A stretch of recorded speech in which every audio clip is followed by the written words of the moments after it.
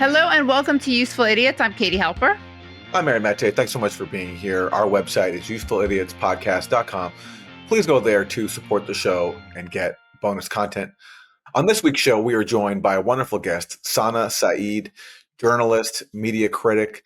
She was with Al Jazeera for a very long time, is now independent, and one of the people I turn to constantly to punch through media spin, especially when it comes to Israel's genocide in Israel-Palestine. She's just so skilled at cutting through media bias and propaganda. Yeah, she's really excellent, and we're really excited to have her join us. All right, let's get to our four basic food groups. For Democrats suck, there's a scandal brewing in the Democratic Party, which is the cover-up of Joe Biden's cognitive decline. And the inside story is revealed in a new book from journalists Alex Thompson and Jake Tapper. Now, it's funny that Jake Tapper's involved in this because, as we're going to see in a second, he was involved in the media's role covering up Joe Biden's cognitive decline. But anyway, the main culprits are, of course, the Democrats, including Chuck Schumer. And he was on CNN recently and asked about what he knew about Joe Biden and what he covered up. You sat next to Biden in the Oval Office February 27th, 2024, just a handful of months before the president took that debate stage. And it was later reported that you and other Democratic leaders were talking before the debate about having a plan. You and Hakeem Jeffries, Nancy Pelosi, Barack Obama. I understand you later denied that ever happened. But I am curious, I'm interested to know whether the man that you saw sitting there on that couch on that day, you were in there, you saw him up close and personal. Did you really not have any idea that he was not fit to serve a second term? Casey, we're looking forward. We have the largest Medicaid cut in front of us. We have the whole federal government at risk. You're facing all of this because you lost a presidential election. And is that not Joe Biden's responsibility for deciding to run again? We're looking forward. That's it? That's it. All right. All right. So the question is, hey, Chuck Schumer, did you cover up the fact that the president of the United States was in cognitive decline because you wanted to help his reelection chances? You wanted to help the reelection chances of a guy who you knew was in cognitive decline, despite raising concerns about it, and to the point where you were trying to come up with a replacement for him? We're looking forward. We're looking forward, not looking backwards. So basically, he's admitting, yes, he was involved in the cover-up. And it's hard to really quantify how damaging this cover-up was. Because Joe Biden dropped out of the race way too late after that catastrophic debate with Trump. And it took a long time, too, by the way. Remember, the debate happened, and it took Joe Biden, at least 3 weeks to finally drop out. Right. Putting the Democrats and Kamala Harris in a very, very bad position. And then you have the fact also you have a president in cognitive decline who's overseeing, the U.S. government, which is the most powerful government in the world, is overseeing a proxy war in Ukraine and, of course, fueling Israel's genocide campaign in Gaza. And that ultimately is the ultimate cost of Joe Biden's cognitive decline, the human cost. But he really screwed over Democrats. But Democrats screwed over themselves because for some reason they wanted to take part in the cover-up rather than call it out to the public and get him out of there. It's so embarrassing. It's like the doubling down on the irresponsible way that they presented Biden. I mean, they did it. They're not acknowledging it. It's like a meta cover-up, right? So they were covering up for how cognitively declined he was, and now they're covering up for the way that they covered it up. At least they're consistent. Now, someone who's going to call all this out is a newly freed man, Chuck Todd. For years we made fun of him when he was hosting Meet the Depressed on NBC, but now he's independent and he's free to speak his mind. And watch him call out not just Democrats, but some of his media colleagues too. He is among the people that are responsible for this. The leaders of the Democratic Party, the staff of the White House. And I have to say, I find everybody now talking to these authors, get out of here. Go home. You're part of the problem. Now you tell us. So I find, the reason why the Democratic Party has less credibility today. Here's an unpopular president, and the Democratic Party has a worse rating than the Republican Party with this catastrophic governance that we've seen over the last 120 days. And yet, why is the Democratic Party in worse shape? Because of this distrust, because of this, frankly, what the public feels as if the party leadership let them down and let this happen. He's as responsible as anybody else. He was a leader in the party. He could have said something sooner. So Chuck Todd calling out Chuck Schumer. Chuck on Chuck violence right there. Chuck on Chuck violence, yeah. Yeah. You love to see it. You love to see it. And of course, we're not going to have accountability for all these people supporting a genocide. You only have accountability when it hurts other elites. So in this case, one elite, Joe Biden, hurt other elites in the Democratic Party. So therefore, we can talk about this. It's an intra-elite squabble. But you still love to see it because it's entertaining and it's well-deserved because this cover-up really was catastrophic. And someone, though, who should not be right now calling it out is the author of this new book that contains these revelations, like the one we just heard about, Chuck Schumer. And that is Jake Tapper of CNN. Because Jake Tapper, while now claiming there was this massive cover-up and this is so outrageous and we have to expose this, in this book he's co-written, he was involved in the cover-up too. And just watch this, a little bit of a supercut of how Jake Tapper handled claims about Joe Biden's cognitive decline. Do you worry that you damaged him at all?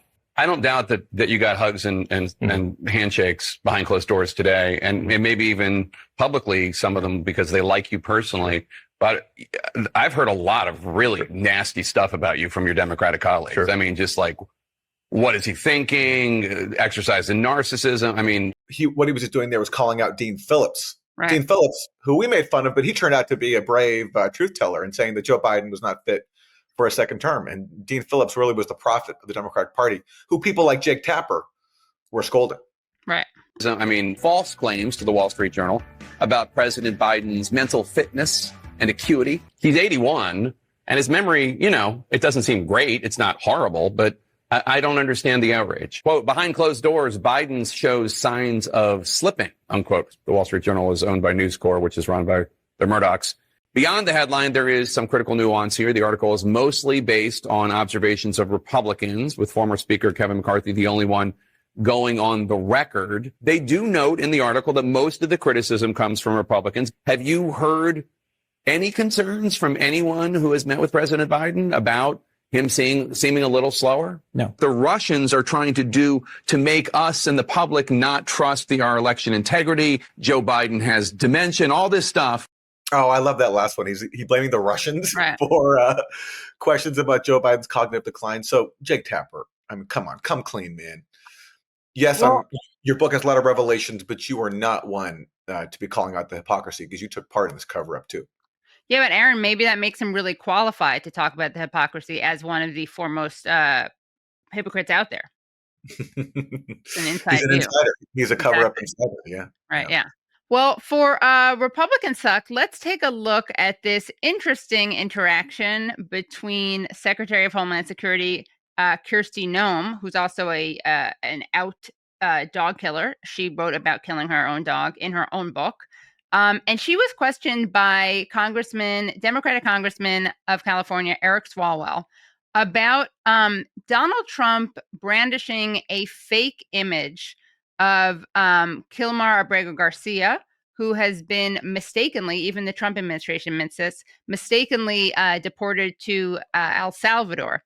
And he showed these images of Abrego Garcia, who apparently had MS-13 tattoos on his hands, but these were fake images. So let's see what happens when Swalwell tries to get Noem to admit that these were fake images.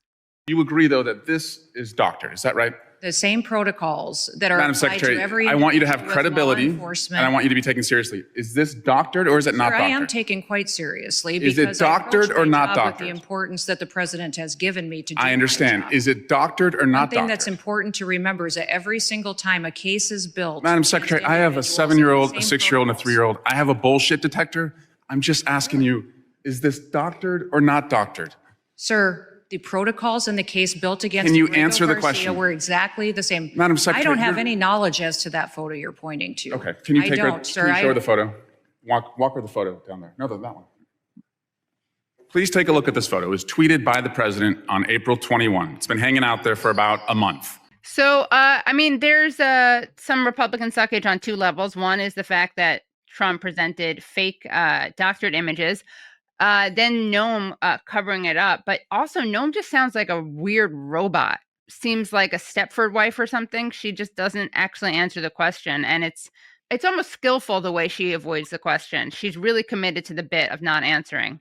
And, this is one of the examples of real fake news. And of course, Democrats engage in fake news as well. And you point this out quite a bit, Aaron, especially when it comes to Russia. But this is just an absurd example of like lying squared. Trump lying and then Noem lying about his lying in a way that is just so cowardly. Of all the Trump cabinet members, and it's a tough race, but in terms of who creates the wackiest moments, yeah, she's up there. She really went to El Salvador, did photo ops in front of like cages of prisoners, undocumented immigrants deported, and does like photo ops wearing $50,000 watches. She takes part in raids, immigration raids, and poses with guns and like points them the wrong way, endangering people. A lot of material that she produces that is just very, very weird. Yeah, but again, this is someone who did brag in writing, like about killing her dog. She talked about something that should be in an expose, Oppo research about her, but she's such a sadist sociopath, as is clear here, robot, that she actually included it willingly.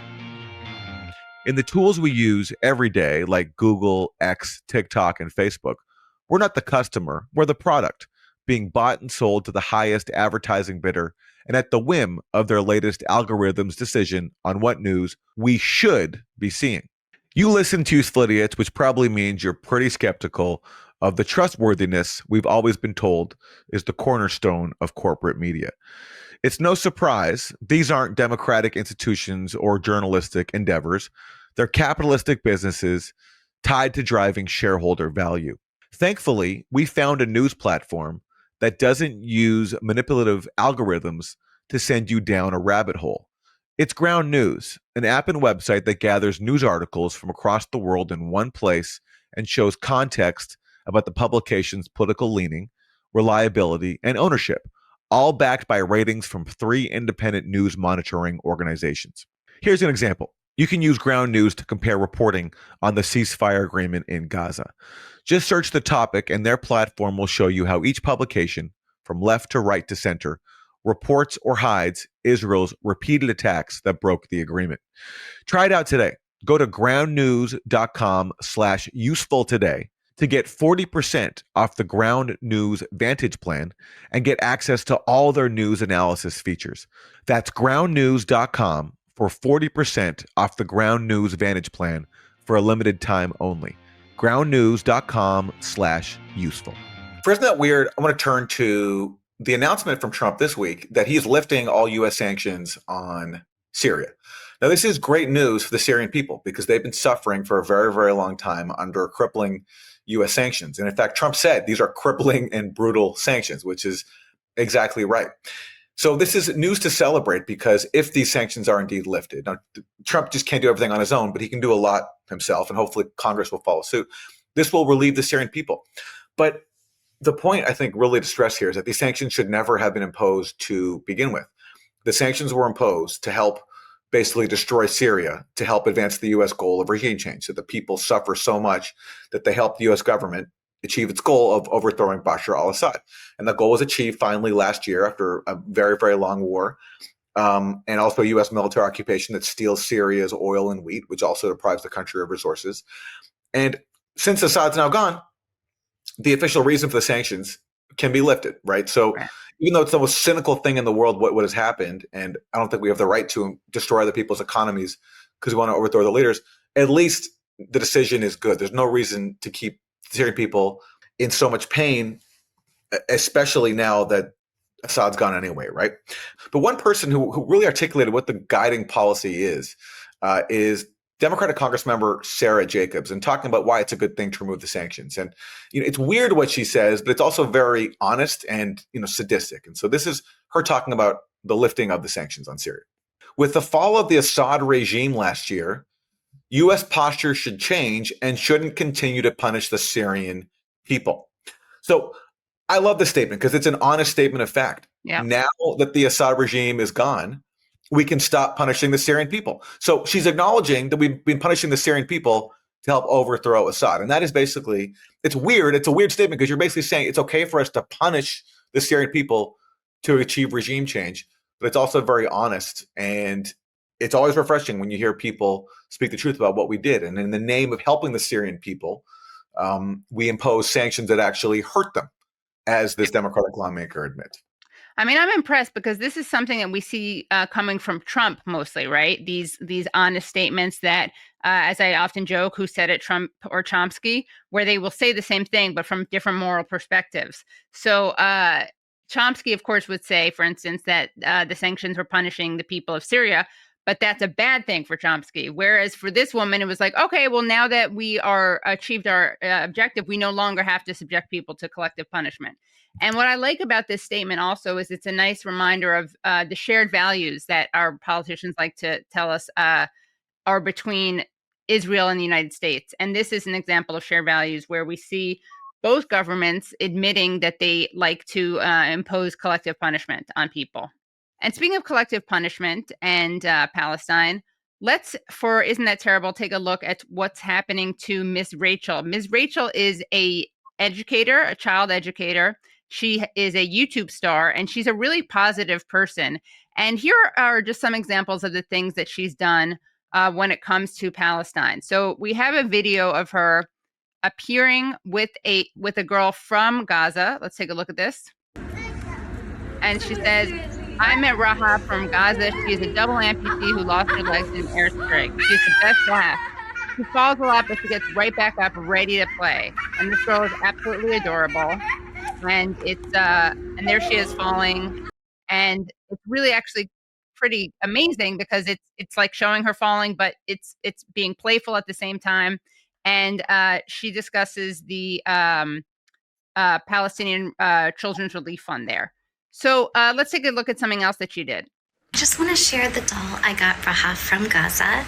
This is her, and she has prosthetics like Rahaf. And I found this outfit that she can put on her. I hope she likes her. Meeting Rahaf has changed my life forever, and I just love and adore her. Thank you for giving me this platform. I will always use it to stand up for kids. Okay, I mean, that is just so horrible what she says, so hateful, what she says there. And if that's not already bad enough to watch her literally playing with an adorable girl from Gaza who has lost her legs, watching her get her an adorable doll that has prosthetic legs, which is so sweet. Unfortunately, despite these hateful things, we have Ms. Rachel saying in an interview that she did with Mehdi Hassan, she said, "It's sad that people try to make it controversial when you speak out for children that are facing immeasurable suffering."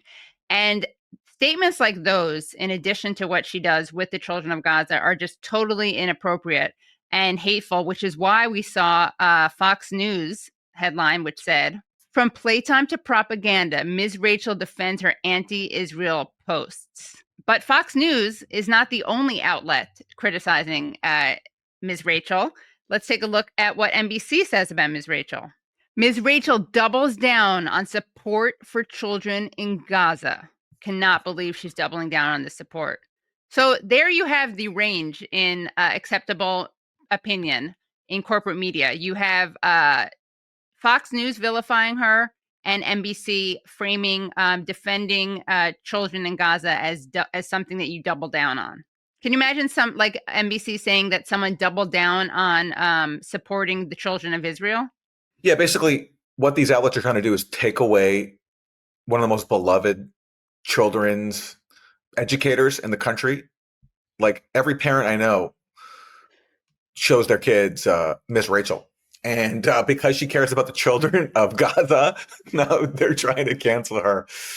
And good luck with that. Like, I think if they go forward with this, you're going to have a kiddie uprising, a child uprising, because Miss Rachel is so popular. And I just don't think it will go very well to try to cancel her just based on how beloved she is. And just, is there a more fitting example than this of just how much Zionists and their media mouthpieces hate Palestinian humanity, just hate humanity in general, to the point where they're trying to cancel a children's educator, a children's entertainer, for also speaking about the children of Gaza? It's very fitting. I mean, for literally playing with an adorable girl from Gaza who has lost her legs. Like, that's one of the things that they're criticizing her for. And, it's interesting, Aaron, what you just said. You're challenging a kind of a kiddie uprising. Well, Fox News is challenging parents, it looks like, to stop showing their kids Ms. Rachel. Let's take a look at this tweet. Radical nursery rhymes. Ms. Rachel just went from nursery rhymes to Hamas-tied headlines, defending Gaza stats on an anti-Israel platform while skipping over October 7th. If you're a parent, will that change whether you allow your children to watch her? And never mind the fact that she's, of course, also spoken out about what happened on October 7th and expressed sympathy for the children of Israel. But that's not enough. You can't express sympathy for all children. You have to vilify one side. You can't even acknowledge the humanity of Palestinians, and you can't show the war on Palestinian children. You can't show the attack on Palestinian children, which has given Palestinians, the people of Gaza, the greatest amputation rate in the world. And children are undergoing amputations without anesthesia. These adults would really benefit from watching Ms. Rachel, because it teaches compassion, empathy, basic decency. Honestly, let's take away her kid audience and let's just get a bunch of like adults, especially media professionals, in the room to like go to school and learn about just basic humanity. I agree. It should be like Ms. Rachel re-education camps. I'm with it. I support it. I support it. That rolls off the tongue. Ms. Rachel re-education camp. There you go. All right. Well, those have been your 4 basic food groups. We're so excited to be joined by Sana Saeed, who is a media critic and journalist. She was at AJ Plus, where she hosted Backspace and the Occupation Style Guide.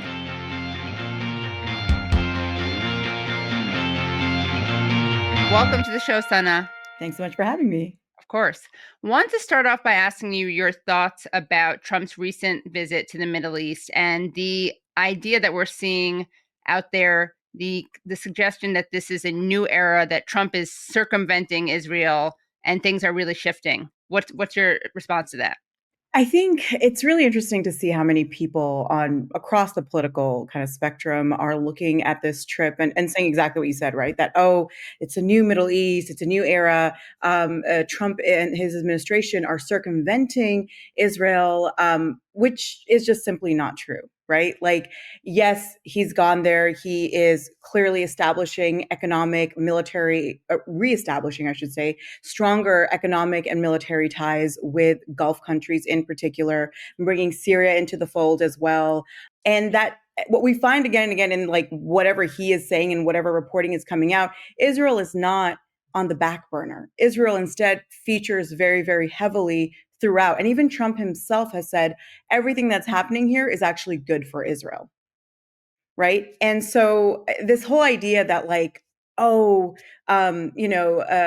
is no longer interested in Israel as an ally, so on and so forth. It's an interesting thing to say as we still continue to see also the bombs rip apart Palestinian families in Gaza. Palestinians continue to be starved by the Israeli government, backed and supported by the US government. And we continue to see the repression of speech, pro-Palestine speech, anti-genocide speech here in the United States at the federal level as well. So, when people keep saying this, I understand where it comes from, from people who may be more aligned with our political perspectives. There is this desire, this hope that maybe this is it, this is the moment. What they don't realize is that they're actually buying into what it is that is being presented to them, right? It makes sense for Trump to go right now and focus on regional allies who are pretty pissed for narcissistic reasons, for selfish reasons, not because they give a shit about Palestinians, but they're upset about how Israel has really upset kind of a regional balance that existed prior to October 7th, 2023. And they want to get back on that road. They want to get back on it. So it makes sense that Trump, who was amongst like the biggest architects, him, Jared Kushner, et cetera, were like really the big architects of like obviously the Abraham Accords and kind of creating this Middle East that was really completely centered on normalization with Israel. Let's get that back on track. I do think that, of course, there is this kind of annoyance with Netanyahu, which is, which we're seeing a lot of. I mean, you see Macron talking about it. You see, Friedman in the New York Times talking about it. Netanyahu is going to be kind of like the, no offense to lambs, but the sacrificial lamb here, right? Like he is, because he's easy. It's easy to be like, this guy actually is trying to get in the way of us building a harmonious, wonderful, peaceful prosperous Middle East, right? And so people are really missing like what is happening here. Zionists, Israelis are not being pushed to the side. They're being brought back in, but it's going to be through a way which is normalized and clandestine initially, but it's going to be obvious just give it like a few weeks, maybe a month or so, and it's going to be obvious what's going on. It's interesting because you just mentioned narcissism, and I think that maybe the hope, and I'll confess to having this a little bit. I mean, I think what you're saying is totally true, but part of me also thinks that whereas Biden was this dyed-in-the-wool ideologue Zionist, who, as he reminded us every day, in his own words, Trump has the kind of rank and open opportunism that leads him. So I think maybe the hope is that there'll be like a little bit more of response to non-Israeli forces, and that'll somehow like balance it out. But as you're pointing out, these other countries, these Arab nations that claim to care about Palestinians also don't care about Palestinians and are also being motivated by narcissism. But is there anything to the idea that Trump could do things that would piss off Netanyahu in a way that like a Biden or Harris wouldn't? Sure, I think there is something there. Both of these are, we know that when it comes to politics, there's different levels that are at play, right? There you have the kind of the structure of power as it exists, American empire, the role of Israel as its client state. But then, of course, you have the individual actors as well. So you have state actors, you have the imperial actors, and you also have the individual actors. And of course, we know, as history has proven again and again, and also with the genocide in Gaza, there's, I think, a very strong and convincing argument, and I'm also happy to make it, is that the reason why it was even able to go as far as it was able to go, that it's continued, was because of Joe Biden's personal politics. And when you speak to people who've resigned from the State Department and you ask them, who do you hold responsible for what happened in Gaza? Like, who was the person? They all say, I mean, they mention other people too, like Blinken, Sullivan, but the number one person is always going to be Joe Biden, right? So yes, individual personalities do play a huge role in the direction of policy,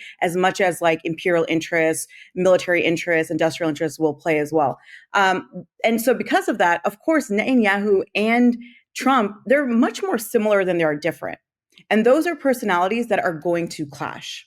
Trump is also someone, you're right, he's not an ideologue. He literally just goes wherever he sees that there's an opportunity where he can also look good. He's very obsessed with image, whether it's the image and attractiveness of others or his own image and attractiveness.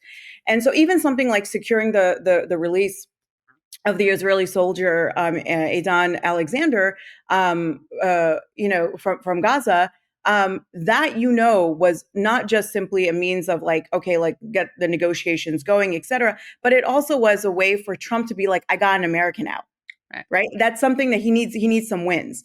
So I do think that there is going to be some clash. There probably already has been between Netanyahu and Trump.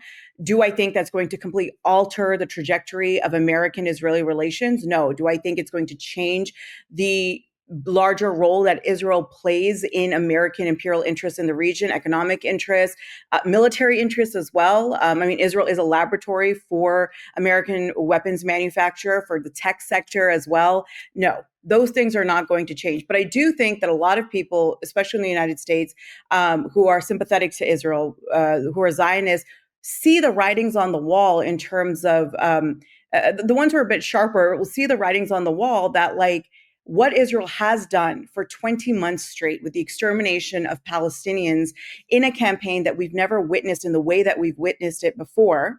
On our phones. On our phones, on our screens, and then to have it as denied as it's been, right, is going to have repercussions for Israelis, for Zionists, and for Israel itself. And so right now what we're going to see is a scramble to be like, put the blame on Netanyahu. He's the problem. The Likud is the problem. These extremists who've taken over sensible, democratic Israel. So there's this fear that Israel will be lost. And I mean, it has been lost, or whatever this idea that it was, this idea that it's this great democracy. I mean, not that many people had that idea, but for those who did, that idea that the mythology of Israel has completely collapsed over the last 20 months. And so we are seeing now a scramble to, okay, this is all Netanyahu, and now we have to save Israel from Netanyahu and what he's doing. There was a lot of excitement from people who run in the anti-interventionist crowd by comments that Trump made during his visit to Saudi Arabia. Let's go to a clip. The transformations have been unbelievably remarkable. Before our eyes, a new generation of leaders is transcending the ancient conflicts of tired divisions of the past and forging a future where the Middle East is defined by commerce, not chaos, where it exports technology, not terrorism, and where people of different nations, religions, and creeds are building cities together, not bombing each other out of existence. We don't want that.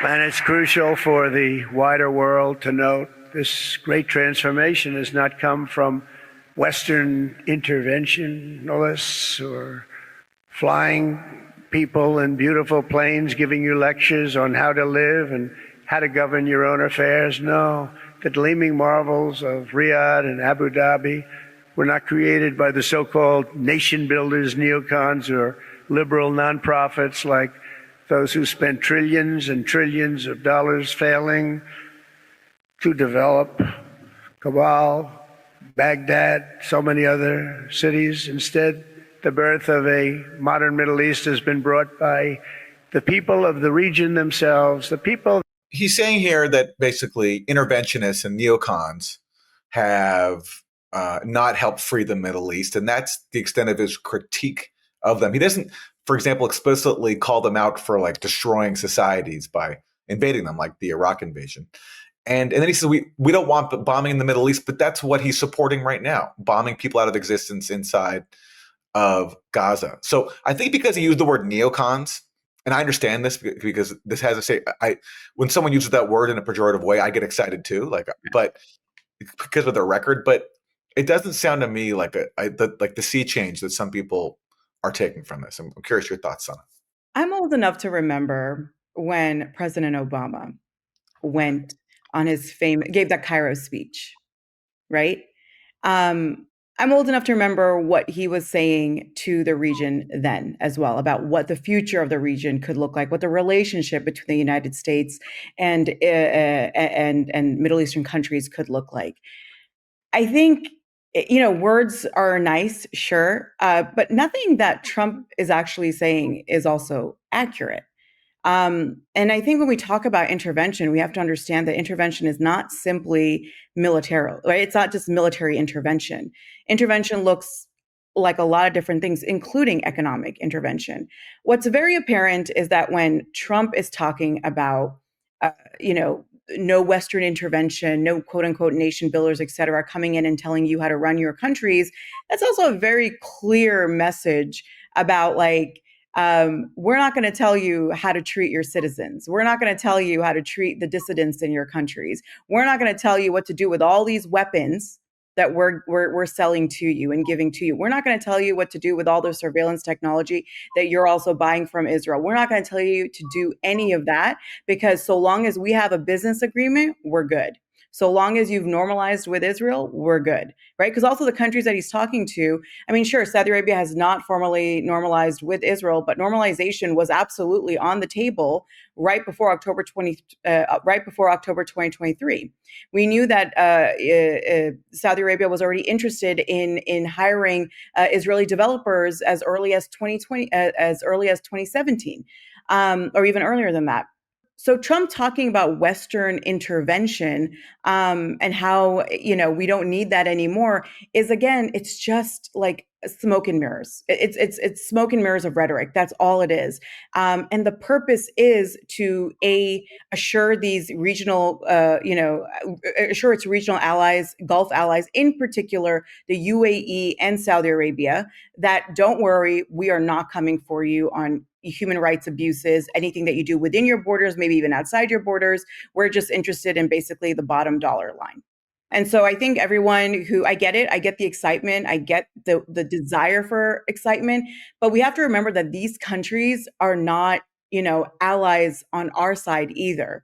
If our side is a side that is anti-imperialist, is anti-genocide, is for Palestinian liberation, These are not the countries that are on that side. These are the countries that are in support of everything against that.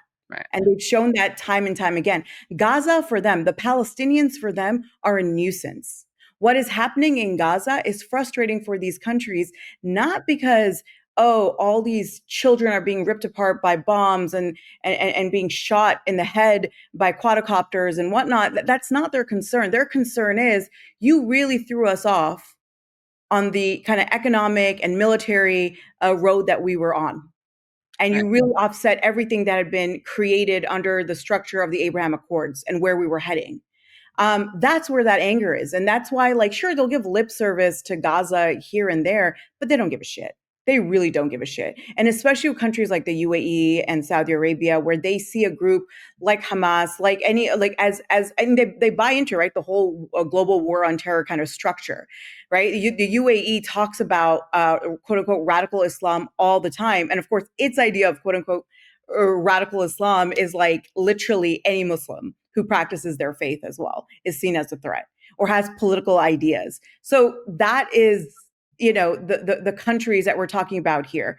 And I think everyone should take a little step back and look at what Trump is saying in the context he's saying it in, and be a bit more serious about what we're witnessing, as opposed to getting too excited. Because as we're getting excited, again, Palestinian children are still starving.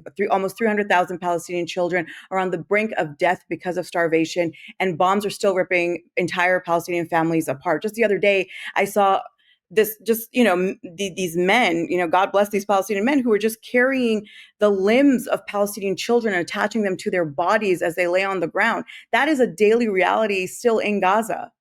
But what is in the interest of the United States government and regional powers is that collectively the region and the world start looking ahead, right? Gaza, yeah, we'll take care of that. We're on it. We're working on a plan. Don't worry about it. Anyways, let's look forward. Let's look at what we're going to build. Let's look at the new Middle East, free of intervention, so on and so forth. Yeah, in the Middle East, the one thing he might be doing, and that's a very big question, is reaching a deal with Iran, which is, you know, that's not in line with the neocon agenda. But it's a very big question whether he'll do it. And as he's negotiating, he's still issuing threats to Iran and still has the ear of Israel, which wants him to bomb Iran, which I think is a very real possibility. So if he actually does something like that, that would, I think, be a genuine step towards this impression that he's taking on the neocons. But until then, it's the same thing as you were talking about. It's full support of Israel. And if he really doesn't like what the neocons and interventionists have done in the Middle East, why not pull out all the U.S. military bases, including in Qatar? I don't see him doing that. Yeah, exactly. And I mean, the largest regional military base, U.S. military base in the region is in Qatar, right? And so, and that's what I mean, again, is that if we're talking about interventionism, it doesn't just look like going and bombing countries. It has many, many different appearances, including military bases, economic intervention, surveillance, cultural interventions as well. Or supporting Saudi Arabia's war on Yemen. Yeah, absolutely. Exactly. Wanted to ask you about a tweet that you had written about Bari Weiss, because one of the things that you do so brilliantly is media analysis. So let's take a look. Bari Weiss writes, how did Qatar, a refuge of Islamist radicalism, a country criticized for modern-day slave labor, become the center of global politics and commerce? How did this tiny peninsular country of 300,000 citizens managed to so successfully ingratiate itself within the Trump administration? Over the past few months, the Free Press investigated these questions. What we found is that no obstacle, no history, no bad headline is too big for Qatar's money. And you write, I love how publicly known and reported information over the course of 15 years is being presented as an explosive expose. So can you talk more about this framing and this media analysis of what's happening from the likes of Bari Weiss? Yeah, it's that, classic fear mongering, like, oh, this nefarious Muslim country, how does it infiltrate our society and government? Like, let's take a look. And it's also really funny, by the way, what she describes, it's, Dylan Sabat said it really well. He's like, are you talking about Israel? He's like, what country are you talking about here? If we're going to talk about engaging yourself with an administration or with the U.S. government. Yeah, I mean, look, all of this since especially the announcement, I think it was back in, 2010. I was living in Montreal, so I think it was around 2010 when it was announced that Qatar would be hosting the FIFA World Cup in 2022. Since then, there's been like so much reporting done about like Qatar lobbying efforts within the United States, about, of course, it throwing money at everything, trying to establish its soft power in the world, whether through media, whether through sports. Sports has been a big thing, big investment for Qatar as well, internally and externally. So a lot of the stuff that Bari, Weiss, and the Free Press are talking about, it's not new stuff. This is stuff that, again, people have been reporting for well over a decade at this point. And it's also not unique to Qatar as well. We know that obviously there's Israel, but there's also, for instance, the UAE. We know the UAE lobbying. If you live in DC, you know all about UAE lobbying as well, and how prominent it is and how powerful it's been as well. I mean, the UAE, for instance, was at the helm of pushing for the classification of Al Jazeera, right? Qatar-backed Al Jazeera, as a foreign agent, right? To register in that way, and that was during when there was the blockade against Qatar by other Gulf countries as well in 2017. So again, like, to me, it's this. As I was saying earlier, Zionists see certain writings on the wall about the grip that Israel is losing in a public narrative, right? And so they are going to, of course, they're going to demonize Qatar. They're going to, because, all of a sudden the relationship between US and Qatar has overtaken headlines. I mean, they just gave them a $400 million plane, right?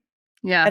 Which is crazy, which I was like, are you telling me we could have gotten raises? But I'm like, okay, like, it's going to be, again, and of course it's going to be in the headlines right now because this government is interested in a very particular economic and military project in the region. Of course, it's going to be the major headlines right now. That's what they're going to talk about. That's what they want out there. And there's a reason why they're de-emphasizing Israel. Not just because maybe Netanyahu and Trump have had some sort of tiff or whatever, but it's also because, look, if Israel is also front and center of this trip, it's going to piss off some of those leaders who want to feel like, that they're more of the center of, like, the U.S. interests. And it's also going to piss off like a lot of people in those countries as well. So in that regard, it's actually a very smart move by this administration to be like, okay, we're going to go in. We're going to, deal with Israel when we deal with Israel. But right now we're going to focus on our buddies in the Gulf primarily. And it's a smart move in terms of optics. Right. Because right now, Trump is also getting credit from communities he absolutely should not be getting any credit from, right? Where they're like, oh my God, he's turning away from Israel. He's turning away from Israel. All of this works very much so in his and his administration's benefit. And the one thing to always remember, especially from like a media analysis perspective, is that you always want to think about, why is the story that I'm being told and shown the story that I'm being told and shown? There's always a function, especially when it involves the U.S. government. I wanted to ask you about some tweets that you wrote about some recent New York Times push notifications. So let's take a look at this tweet that you wrote about Israeli attacks on hospitals. The New York Times writes, Israel attacks on hospitals. Israel's strike on a Gaza hospital in a bid to kill a Hamas commander have drawn new attention to one of the war's most contentious issues. So I want to know your response to that framing. And to hear the rest of the interview, please go to usefulidiotspodcast.com. Thanks so much again to Sana Saeed for joining us. For more, check out her recently launched Substack and also find her on Twitter and Instagram. We'll include her handle in the show notes. Thanks so much, guys, and see you next week. Thanks so much for listening to and watching Useful Idiots. For extended episodes, bonus content, and our weekly Thursday Throwdown episode, please subscribe at usefulidiotspodcast.com. Support the show for free by subscribing on YouTube, Rumble, and wherever you get your podcasts. And if you like the podcast, don't forget to rate and review. You can also follow us on Twitter at usefulidiotpod. Thanks for supporting independent media. We'll see you next time.